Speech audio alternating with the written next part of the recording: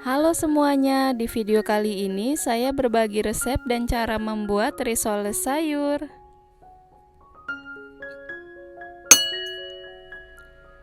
Untuk bahan isiannya, siapkan 4 buah wortel, ini beratnya 200 gram, 1 buah kentang ukuran besar, beratnya 180 gram, 6 siung bawang merah, 4 siung bawang putih, dan 4 lembar daun bawang. Nah, untuk sayurannya ini kita potong kotak-kotak kecil, kemudian dicuci bersih, dan untuk bawang-bawangannya kita haluskan ya. Jika semuanya sudah selesai, panaskan secukupnya minyak, kemudian tuang bumbu yang sudah dihaluskan tadi. Nah, ini kita tumis sampai bumbunya harum dan tanak. Jika sudah tanak seperti ini, masukkan sayuran yang sudah dipotong dan dicuci.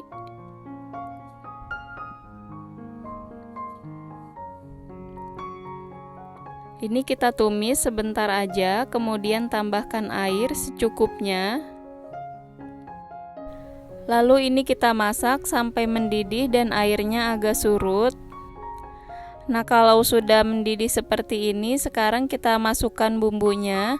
Ada setengah sendok teh masako rasa sapi, 1 sendok teh roiko rasa sapi, 1 sendok teh mecin.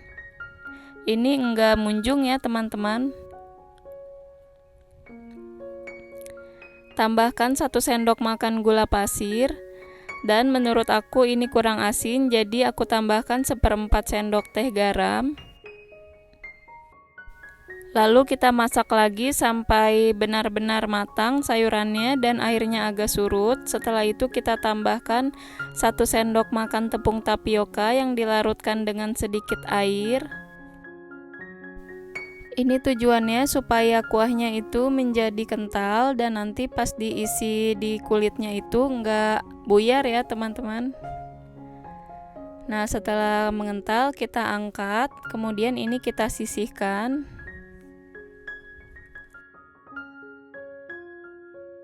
Selanjutnya kita buat adonan kulitnya. Siapkan 200 gram tepung terigu, 1 sendok teh masako rasa sapi, 1 sendok teh garam, 1 sendok teh gula pasir. Lalu aduk-aduk sampai semuanya tercampur rata. Kemudian tambahkan air 450 ml, tapi kita tuangnya secara bertahap ya teman-teman, untuk mengantisipasi adanya adonan yang bergerindil.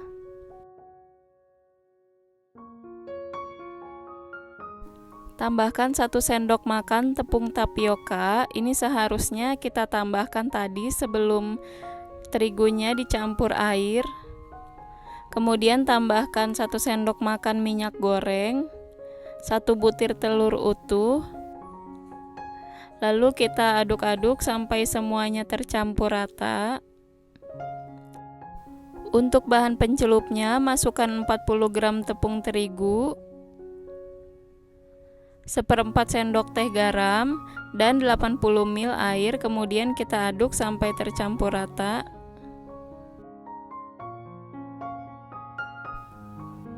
Selanjutnya panaskan teflon, olesi dengan sedikit minyak, dan ambil 1 centong sayur adonan. Lalu kita ratakan seperti ini.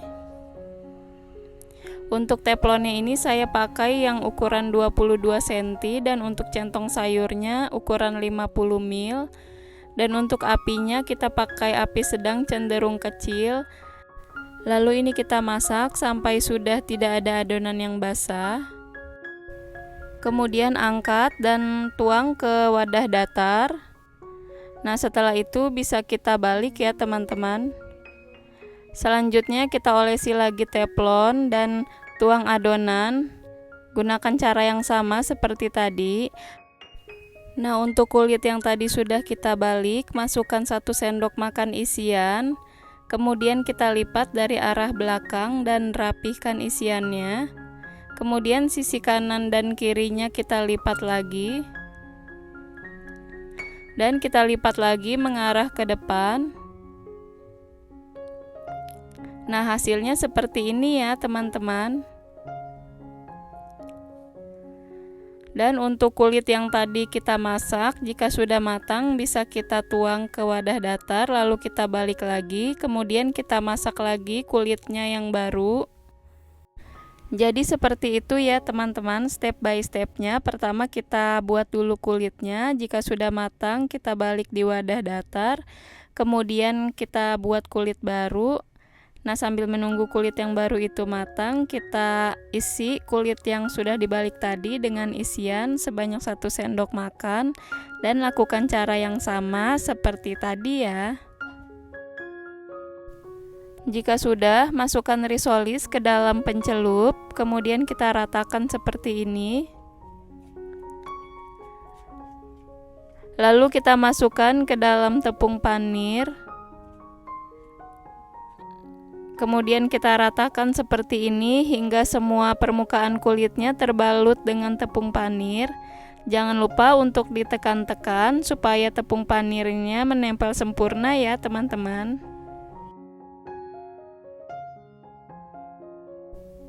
Nah, hasilnya seperti ini. Lakukan cara yang sama hingga semua risolisnya terbalut dengan tepung panir.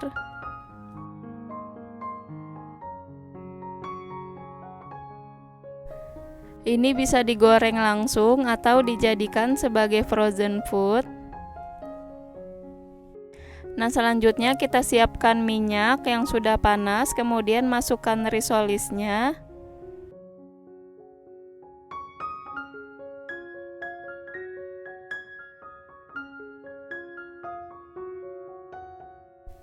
Kemudian kita goreng sampai bagian belakangnya berwarna kuning keemasan.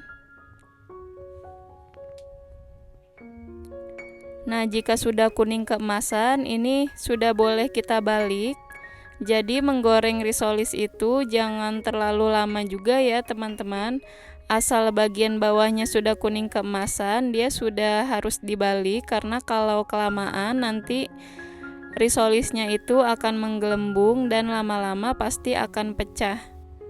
Nah, kalau sudah kedua sisinya berwarna kuning keemasan, sekarang kita angkat dan tiriskan. Untuk sisanya bisa kita goreng lagi seperti cara tadi, atau bisa juga disimpan di dalam freezer. Ini risolisnya sudah siap untuk disajikan. Jangan lupa bawahnya dikasih tisu atau kertas supaya menyerap minyak. Ini rasanya enak banget, apalagi isiannya juara banget, ditambah dengan cabai rawit jadi makin maknyus. Ini bisa dijadikan sebagai ide jualan atau isian snack box. Nah, sekian video dari aku. Jangan lupa subscribe, like, dan aktifkan lonceng notifikasinya. Sampai bertemu di video selanjutnya. Terima kasih.